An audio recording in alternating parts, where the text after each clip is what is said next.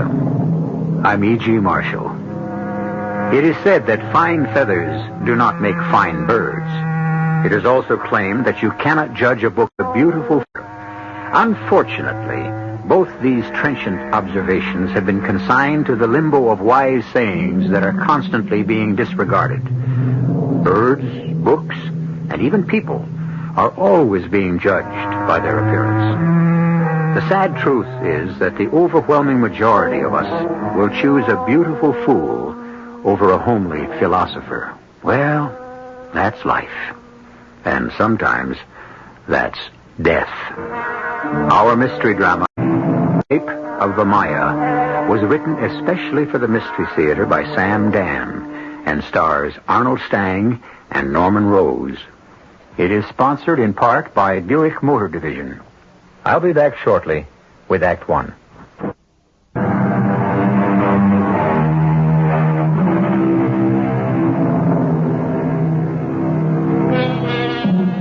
Beware, said Henry David Thoreau, of all enterprises that require new clothes. In micro, that was all very well for Henry T., who liked to live single-o at Walden Pond, where he could commune with frogs and flowers and field mice.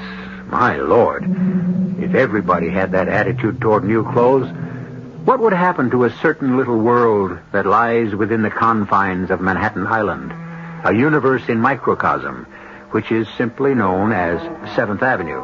But enough philosophy. You tune us in for action. We'll give you action. A most beautiful sir, walking down 7th Avenue near 37th Street.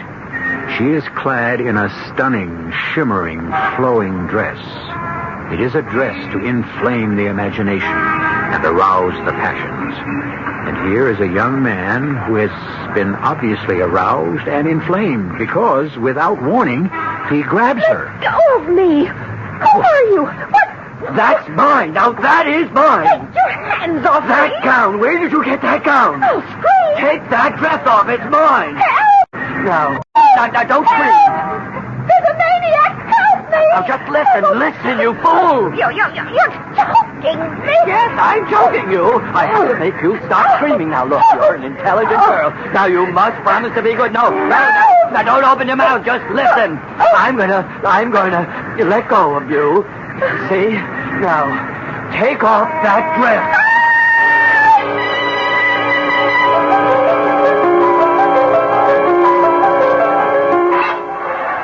Still from you. Thank you, officer. I shall call when I require your services again. I'll kill him. I'll destroy him utterly. Vaughn, it's too early in the morning to talk about killing. He stole the Maia. He stole the Maia. All right, so he stole the Maia. Oh, sure, you can say, all right. Is the Maia your inspired vision? Was the Maia distilled from your blood? You fat Philistine. I'm trying to lose weight. I shall assassinate that depraved thief. You'll be out of here by lunchtime. I'll let out his heart's blood. Now, Vaughn, what do you think? The show is in 13 days. I need another design. Morris. How can you speak of new designs? I lie here violated, ravaged, distraught. Give me something I can produce for $49.95. Leave me, Morris, with my grief. A simple little frock with a collar. Vaughn, what do you think about a collar? Oh, that viper. I allowed him to sit at my feet, basking in the rays of my creativity. I got it. Let's bring back the Peter Pan collar. Plunged into my infamous wretch, plunges a poison dagger into my back. Vaughn, listen to me. The reason you're getting off easy, I saw that girl's father last night. I thought if I would explain to him about the Maia... The rape of the Maia. How you designed this gorgeous dress, and for only $39.95. Be my witness, Morris. The dagger he plunged into my back is the dagger I shall thrust into his heart. But I take a look at the father, a giant, a hard hat. When I say who I am, he says, "What do you want?" You know what? Could kill, I'd be a corpse. To design the Maia. Maia, daughter of Atlas and Diana. I was inspired by the ancient gods themselves. But I explained to him how you created such a masterpiece and had it stolen from you by your best friend, who turns around and sells it to another manufacturer. Why, this big giant, you know what? He just sat down and cried. God! Through his false, perfidious heart, I shall stab him. So, no charges, everything's fixed. I shall rid the world of an abomination that calls itself Perry Fullerton. You come right back to work this afternoon. I shall never take pencil in hand again. Leave me with my grief. All right. God! You know, Vaughn, when I heard that you were arrested for attacking a girl, well, how could I believe it?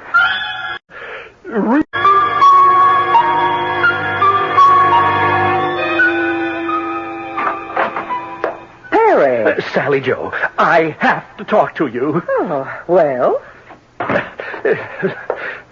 Sally Joe, I'm in trouble. Oh, I'm sorry to hear that, sugar. What I mean is real trouble. Oh, I'm genuinely sorry to hear that. Oh, it's a bad scene. Like, it's total trouble. Oh, Perry, honey. He did. Adrian. Adrian? Yes, if Adrian finds me, I'll... Perry, sugar, now why should you be scared? I need $500, like now. What? But you got $500. You took that adorable little Maia dress over to the man at Personality Frocks, and he gave you $500 in nice new bills. He did. Well, then you have the $500. Well, Well, what? He don't have the 500. Adrian. Yeah, it's Adrian. Sally Joe, what is he doing here? What am I doing here? I pay the rent. That's what I'm doing here. Well, now, that's not really true. It ain't. Perry owes me 500, so he's paying with my money. Adrian, let me explain. What's to explain? You just come up with 5 big bills which you owe me. Dig into them green pants of yours. They're aqua. And hand over the dough. Well, I have the money. I don't like where this is headed. But do you know the shoddy way they make things You today? ain't gonna like it either. Well, there's a hole in my pocket, you see? And the money just slipped out. I'll tell you where. But he pushes... Doubt you stopped off on the way down here. You laid the whole 500 on some nag. That's not true. The race is over, but your nag is still running. Now, Adrian, don't press me. You see this little slip of paper? Read it. Nobody pushes me around. Everybody pushes you around, punk. Read what it says on the paper. Maia, 500 PF. Well? That's your marker. He showed you that on her nose, and she come in dead last. Maia, how could a horse named Maia lose? Vaughn and I designed a gown called Maia. Vaughn and you? Oh, now, sugar. Oh, you're always trying to put me down, Sally. Vaughn warned me about you. Shut up. She's on your side. She showed you how to raise 500 by stealing the dress design. But the natural-born sucker like you can't pass by a betting parlor or a bookie. You must have dropped the whole 500. Kill him. I told you there was a hole in my pocket. The money burned the hole in it. You treat yourself pretty good on my dough, don't you? Punk. You must have paid $50-$60 for that red shirt. It's pink. Flamingo pink. You don't make a sucker out of me. Adrian, sugar, you're raising your voice. This punk, Adrian. That won't get you your $500. It'll get me something else. Satisfaction. Adrian, you can't afford to kill a person just for satisfaction. Why not? Why can't I know, and Just because he wants to. I'm human. I got needs. Adrian. Hey, now, you've got to fold up that knife. Adrian. You don't want to kill me. But I do. I'll pay you. You ain't never gonna pay me. No, but I will. I swear I will. You had the money. I know. And on the way down here, well, I heard about a good thing in the Fifth at Starlight Park at 8-1. Oh, his name was Clothes Horse. Oh, yeah, Clothes Horse, and I'm a designer. You're an assistant designer. So, I thought, well, I'd have enough to pay you back plus. Clothes Horse.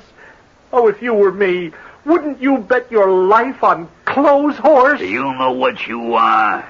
You are a hunch better. Oh, yes, indeed. I am a hunch better. You know what happens to hunch betters? They die broke, you understand? Oh, yes, indeed. I do. They die broke. So why shouldn't you die now? No, I swear to you, Adrian, I'll get that money. I'll pay you back. Only please don't kill me. Oh, I don't know.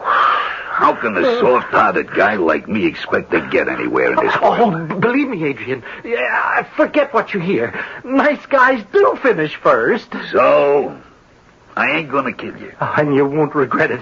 I'll pay you back every cent. But just to make sure you remember, I'm gonna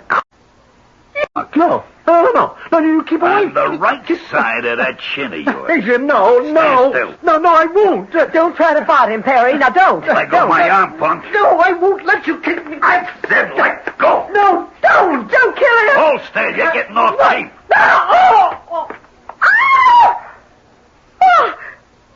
You killed him. I told him to stand still. It was his own fault. Oh, the blood. Look at that blood. Oh, what have we done? Who's that? Open up, Perry Fullerton. I know you're in there. Open the door and face me. Keep still or go away. The door. What about the door? Perry Fullerton, you have reached the Maia. You shall reach the whirlwind. The door. It isn't locked. Oh, what'll we do if he turns the knob? In this package, I have a gift for you. Come, let me look at your face as I unwrap it. Perry Fullerton, you forgot to let The pat. against fate. You're a dead man. I'm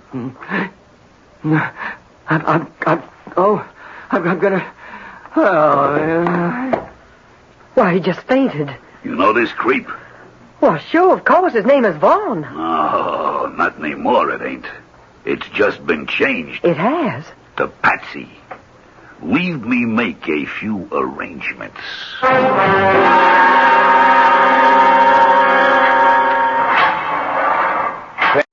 They, officer, tell me, isn't this where I came in? Vaughn, you know what they say. They say you killed him. Yes. The door was open. A neighbor passed by. They say you were lying there, unconscious, on the floor next to him. Yes. The knife with the switchblade, with blood on it, was in your hand. Yes. They say you had the motive. Yes. And so, when you add all this together, it proves you killed him. That's what they say. Yes, Morris. That's what they say. But, Vaughn, you know. It's... I say I don't believe a word they say. Why, Morris? Why? Because I believe you're innocent. I refuse point blank to believe them. No, Morris. Believe them. What are you saying? Why should I believe them? Because they happen to be right. I'm guilty. Guilty? Vaughn, how can you even say such a thing? Because, Morris, it's true. Oh, no. No, not you. I killed him. I can't believe it. How could a person like you kill another human being? Well, what a pointed and pertinent question. How could Vaughn have done it? Especially since we were present and know full well how matters went. The usual procedure is for the guilty to claim innocence. Here, on the other hand, is an innocent who claims guilt. Well, that's why we have a second act, so we can turn the screw even tighter.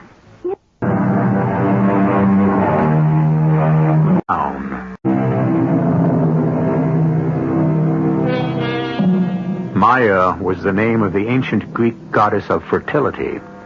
Maia is also the name of a sleek 3-year-old racehorse who is still considered a maiden, meaning she hasn't won yet.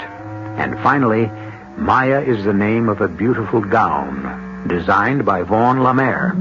Well, the goddess named Maia inspired the gown, but the racehorse named Maia inspired a losing bet.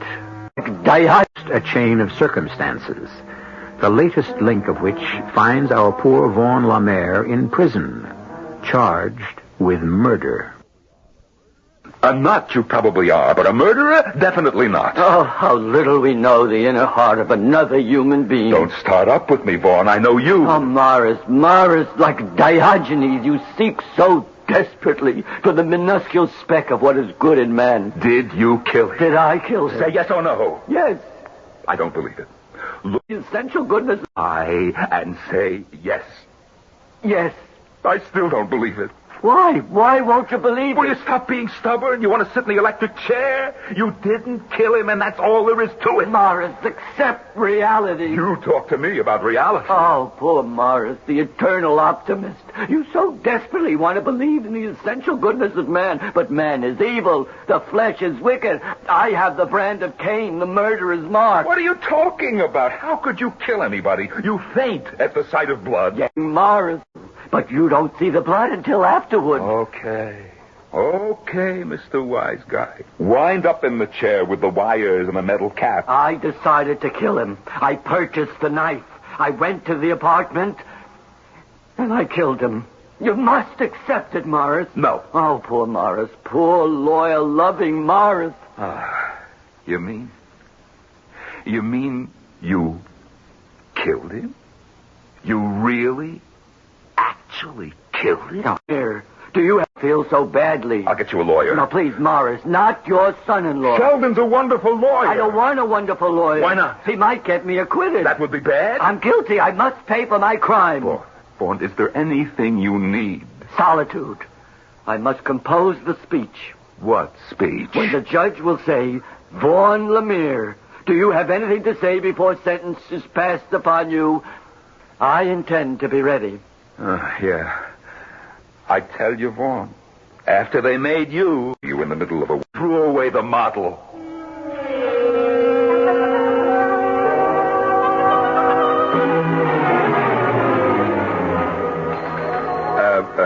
Lieutenant Valentine. What can I do for you, Mr. Goodman, Morris Goodman of Goodman Originals. We're almost neighbors. Look, I hate to bother you in the middle of a working day. Oh, that's perfectly all right, Mr. Goodman. We at your police department are public servants, constantly at your disposal. Yeah, well, it's about, Oh, yes. Vaughn Lemire. Are you a blood relative? Well, I'm closer than that. He's my designer. Well, how may I help you? Well, I just can't believe he would commit a murder. Why can't you believe it? Well, because... because people we know do not commit murder, correct? Murderers are subhuman, evil, strange. But he's such a gentle person. He's crazy, maybe, but... Yes, but there's an extensive literature on the subject. Yeah. Now, are you familiar with Kovalevsky's theory of supportive denial?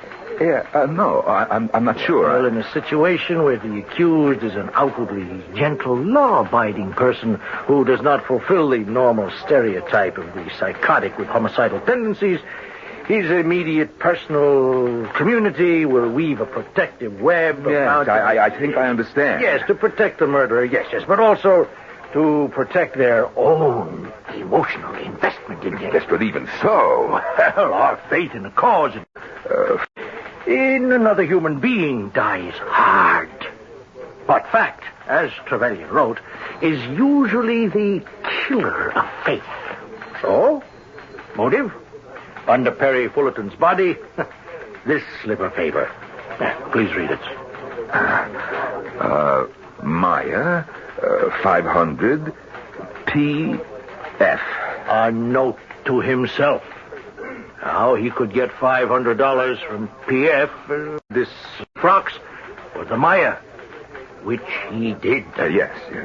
The knife itself, switchblade, blood-stained, and with his fingerprints on the handle. Yes. Tell me, what's in that box? The one with the gift wrapping. It looks like something he bought at Julio's down the street. Inside this gift wrap box was nothing. Why would he bring a gift wrap box with nothing inside? For a symbolic reason. Perhaps because what he was truly bringing Perry Fullerton was death. Yes. And finally, this document, his confession, fully and freely given, in which he admits the murder. Well, Mr. Goodman? To prove murder, we must show the accused is guilty beyond the shadow of a doubt. Now, Are you still in that shadow, Mr. Goodman? No. No, you're right. I didn't want to believe it, but how long can I insist the Earth is flat? Thank you, Lieutenant.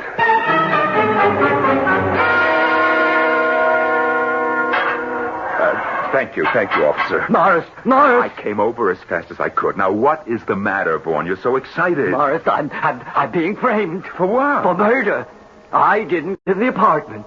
Yes, you did. Who said so? Who? You. You convinced me that you killed him. The knife, the fingerprints. I thought I killed him. You thought?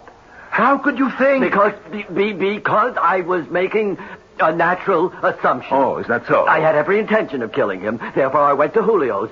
I purchased a knife. I went to the apartment. The next thing I knew, I was lying there beside his dead body on the floor, the knife in my hand, and so...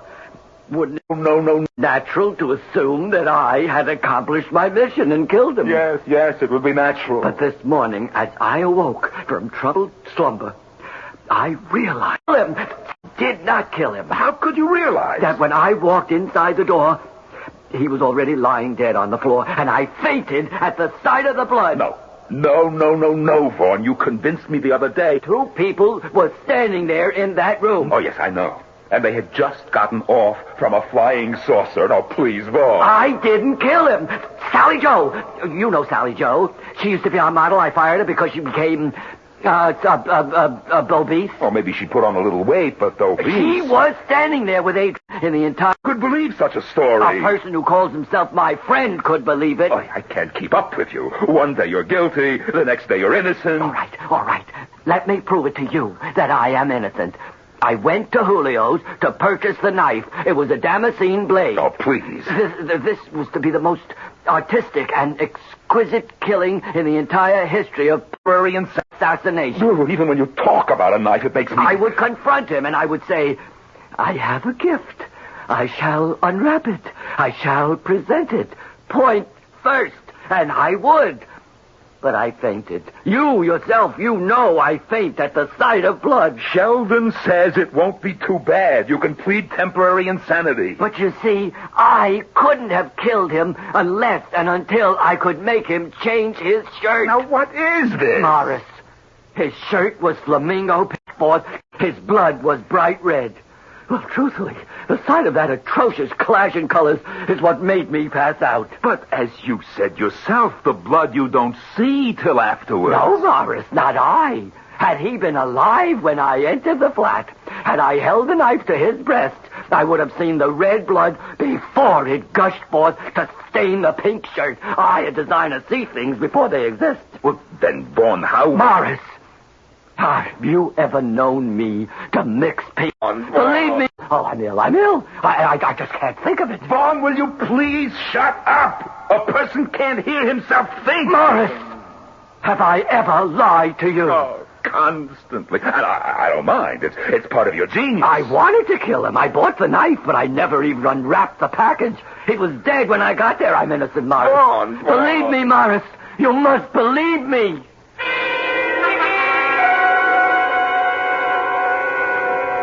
I understand, Mr. Goodman, and there is also an extensive history on that subject. Is that so, Lieutenant? Have you read Feuerbacher on immaculate cancellation? Well, I couldn't be sure. Unwilling to face the fact of murder, the worst of crimes, the subject will cancel the memory and thus cleanse himself of guilt. What you're saying is he's telling a lie. Because he cannot face the enormity of the deed. One thing he said made sense. He couldn't stab a man who was wearing a bright pink shirt. The colors would clash. You're saying he wouldn't violate his artistic principles? Yes, that's what I'm saying. Why not? He was willing to violate his moral ones. But I believe him. Here is the knife with his fingerprint. I know, but yet he says he brought it there in that box and never even took it out. Fingerprints, blood stains. These are the facts which tell us otherwise. The knife. No, wait. It's a switchblade knife, no? Yes. It's the truth. What is you would call highly artistic? No, but you would call it highly effective. This? This is the knife he bought? Why not? It's good enough to do the job.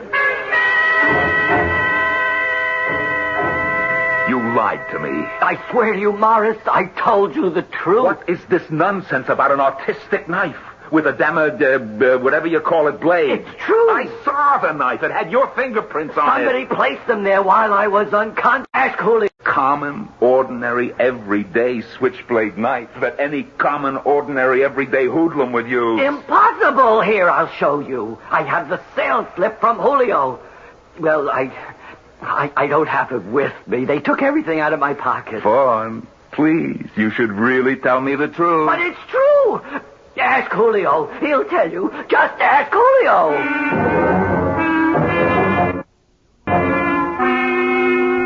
You know, Vaughn, he walks up the aisle and you there and pounds his fist on the counter. He's going to kill Perry Fullerton. Can I sell him a knife? And so you sold him a knife. Oh, Julio. How could you sell him a knife? He was behaving like a maniac. Morris, how can you say such a thing about me? But you did sell him the knife. You knew he was ready to kill, and you sold him a knife. I sold it to him, and I didn't sell it to him. At the same time? At one and the same time. You realize we're discussing a physical impossibility? Listen to him. Cop. He picks out this dagger. Genuine. Made in Toledo. Not Ohio. Spain. Continue. And he wants it gift wrapped. This much I know without you. What you don't know is how I gift wrap it. I gave it to Regina. Oh, she still works? I thought she got married. And the receipt. I write the letters C-O-P. Cop. That spells cop. It also stands for cooling off period. When I sell an angry person a weapon, I make sure he don't walk out of this. Great idea. He can commit murder on the spot. So what do? I give the signal to Regina not to put it in a box. So she gift wraps an empty package. A day or two later, the customer comes back, but he ain't angry enough to kill anybody anymore. So what you're telling me is he walked out of here without the knife. A great idea, Morris, no? So he never used it to kill Perry. How could he use it to kill Perry? Still in the store. Then he was telling me the truth. He didn't kill Perry. But how to do to possible?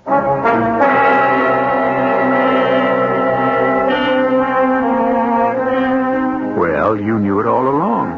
But then, of course, you were there when it happened. Remember, Morris is trying to put it all together out of thin air, and he isn't even a police officer. What is Morris going to do to convince people of Vaughn's innocence? With ethereal characters like Vaughn, there's really nothing solid to hold on to. Yesterday, Vaughn was guilty. Today, Vaughn lost. Will the pendulum swing again tomorrow? We still have a third act.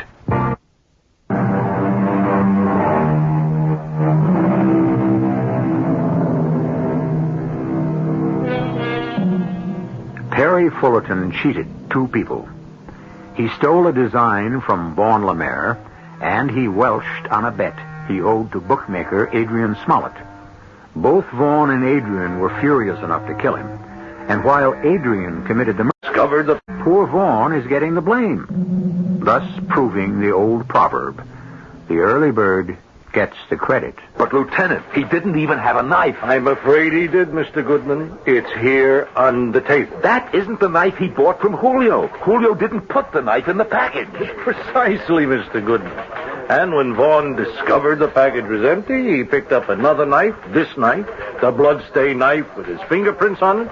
But he swears that he saw Sally Joe Crabtree and Mr. Adrian Smollett. Others. You're in the room. And Perry was already dead on the floor when he arrived. There is an extensive literature on the subject, Mr. Goodman. I should have known. Have you heard Tillinghast on compulsive psychotic association? No. Well, I suppose you could say it means misery loves company.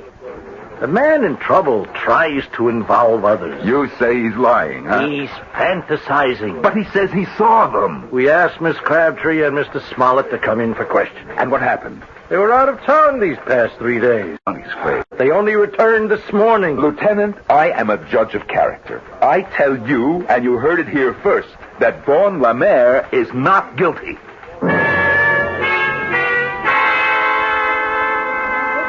Morris. Hello, Julio. Morris, when a man eats lunch, he should have a smile on his face. With this weight on my heart, how can I have a smile on my face? One? Julio, he was like a son to me. He was a good figure. I say that much for him. What do you mean was? You talk like he's dead. They're going to put him away, Morris. He's so fun and close. While there is life, there's hope. But is that enough? Hey, listen. Do you want to bet on a horse? Did I ever bet on a horse in my life? You things, Morris. That's the secret of keeping young. This is a horse you, in particular, should bet on. Be good enough to explain why I should violate the principles of a lifetime. Because of the horse's name. Yes? This horse is called Maia. Intelligent girl. M-I-A. Hey, that was the name of Vaughn's design. There's a horse called Maia also. I never heard of him. I think he's a horse. You mean lady horses also run? Along with the men? That's why I understand. Huh? Only in America? No, Puerto Rico too. A horse called Maia. I can't get over it. Rakina, she read the papers a lot. I always said she was an intelligent girl. She read the one ads to find a job for her husband. The actor. The one ads are near the racing pages. And there, she sees a horse. Maia. He's going to race at Southern Gardens. I never heard of it. Me neither. He's somewhere in Louisiana. Maia is also a racehorse.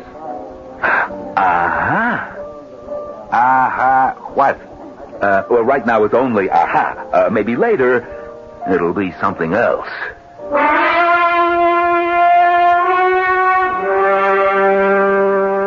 Morris, I swear to you, I did not kill him. But he is dead. Well, of course he. Somebody had to kill him. But it wasn't me. Then who else could it be? Are you asking me, Morris? Is there somebody else sitting in this cell that I could ask? By a detective. Am I? For the last week, I haven't been in the shop even. I don't know who could have killed him. Tell me, does he owe money? He's dead, and I must protect his name. Then I say goodbye right now. Morris, he didn't know what he was doing. You see, he was desperate. He needed $500. I refused him. That's why. That's why he sold the Maia. Tell me, did he bet on... Oh, can't we leave his memory green? Yes or no? Oh, yes. Morris, why this inquisition? This man, this Adrian Smollett, what does he do? I think he's a gambler. Aha! Now it fits. Now it's a perfect size 10. What are you saying, Morris? But my problem is, how do I sell it?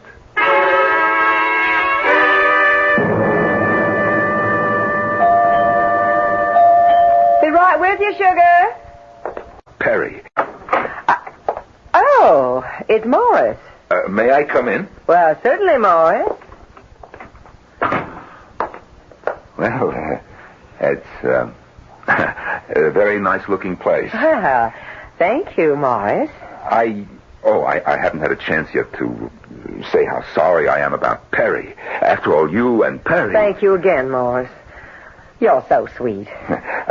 I wonder, could you do me a small favor? And I saw... Be delighted, Morris.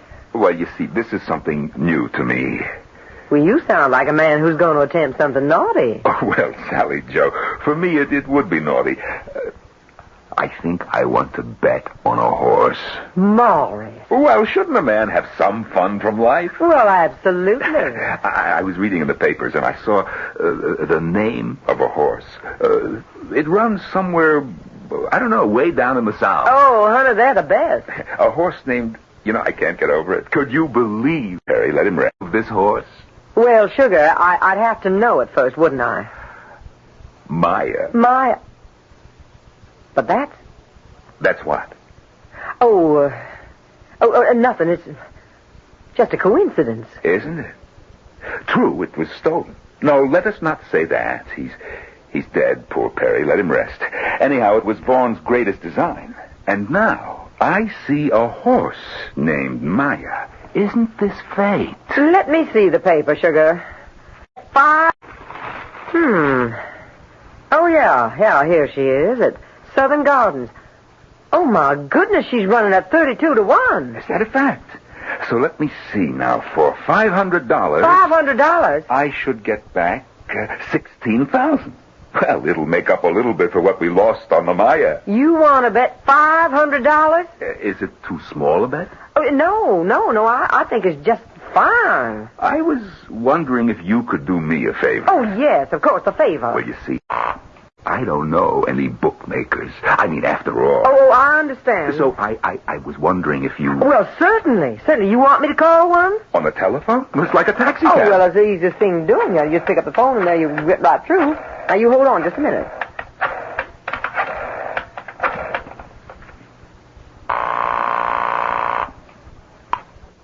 Yeah, Salad Joe. A gentleman's here. Wants to place a little bet. a jump. 18 carat. Good for the dough. Very solid. Put 'em on. Morris? Oh, yes, thank you. Hello? With whom am I speaking? That don't matter. Just say your piece. Oh, there's a horse called Maia. Running into fifth at Sutton Gardens, 32-1 and carrying 106 pounds. How much you want? Will $500 be all right? To win? Of course to win. What then, to lose? Both times in 10 minutes. 500 on Maia. What's your initials? Morris Goodman, MG. Stay near that phone. I'll call you back. Got it on you?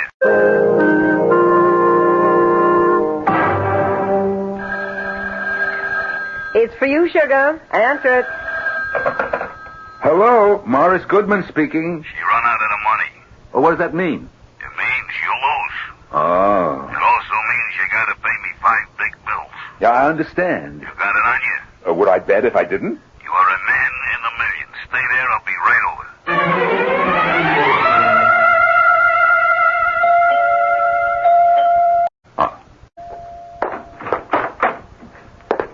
You got my 500? Ah, what a business. How quick money changes hands. You're new, huh? You got my 5? Let me ask you a question. Yeah. How could you prove I made such a bet? I got it written down. You write down every time somebody makes a bet with you. Don't you keep a record in your business who owes what? Well, I got an accountant. I keep books. What have you got? 5 slips? Slips of paper. Ah. Do you deny you made the bet? Oh, no, I made it. Then hand over my 5. Could I see my slip first? What do you want it for? Oh, a souvenir. Okay. Yeah. Maia, 500 MG. It's an expensive slip of paper. Yeah. Come on, Morris. Hand over my dough. You are under... What? Sugar. What kind of joke? It's no joke. I'm serious. You chump. Did you ring in a cop on me? Sugar, it's Morris Goodman. I am making what is known as a citizen's arrest. Any citizen is Listen, empowered... I don't like this. Give me my dough or you're going to like it a lot less. I am arresting you for the murder of Perry Fullerton. Hey, wait a minute. Now, you want to be careful, Mr. Goodman. Listen, Morris, I can take a joke. You were here and you killed him. Yeah. And Orman says he saw both of you here. Why shouldn't he say that? It's his word against ours. We were in Atlantic City. Well, you make sure you can prove it. Where did you stay, huh? With whom? Have you got receipts, tickets? I think I'm going to have to He wrote to him for this chump. Don't be crazy, Hadrian. What can he prove? I can prove that this slip of paper of yours is exactly the same as the one that was found on the floor under Perry Fullerton's body. It's the exact same paper, the exact same handwriting. Yours. Oh, I got to kill this clown now. Lieutenant Valentine thinks it's a note Perry wrote to himself. He thinks Maia 500 PF means Personality Frocks would pay him $500 for the Maia. But this is a bet slip. He's not slip. PF is Perry Fullerton. He's too smart, too smart. You can't kill him here. No, we'll take him someplace quiet. All right, you get moving, chump, and don't make a noise. You certainly have enough knives. Just stay close to me and shut up. Where's everybody going? Look out for him, Julio. He's no trouble. You saw Morris with one hand. What are we doing? We're making a citizen's arrest. Hey, that's fun. We should do this more often. No. In the face of all. Once is enough for me.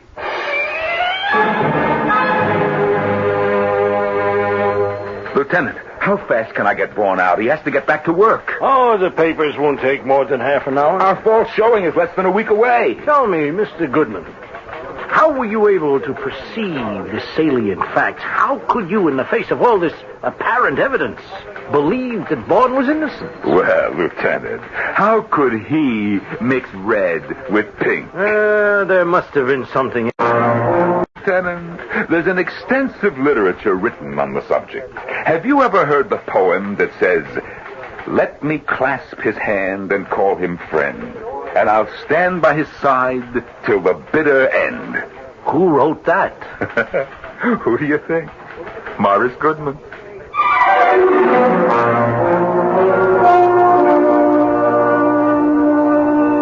This has been a story of friends.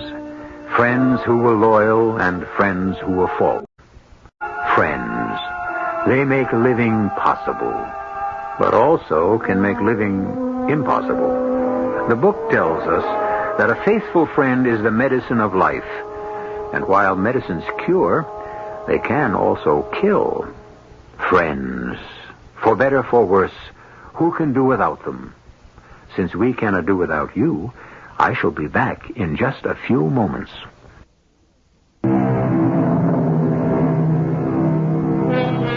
Peter to look upon? Vanity of vanity, said the preacher. All is vanity. And our story was based on one of mankind's greatest vanities, the adornment of the body. And yet, is it so sinful for a woman to wish to appear lovely? After all, isn't a well-dressed woman sweeter to look upon? Besides, it gives gainful employment to so many people. And it has given us a subject for a tale of murder. Next cast included Arnold Stang, Norman Rose, Jackson Beck, Earl Hammond, and Joan Shea. The entire production was under the direction of Hyman Brown. This is E.G. Marshall inviting you to return to our Mystery Theater for another adventure in the macabre. Until next time, pleasant dreams.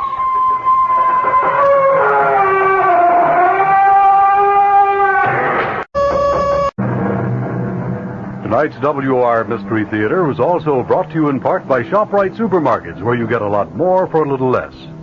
The preceding program was furnished by... You've been listening to the OTR Gold Network. Find more classic radio at otrgold.com.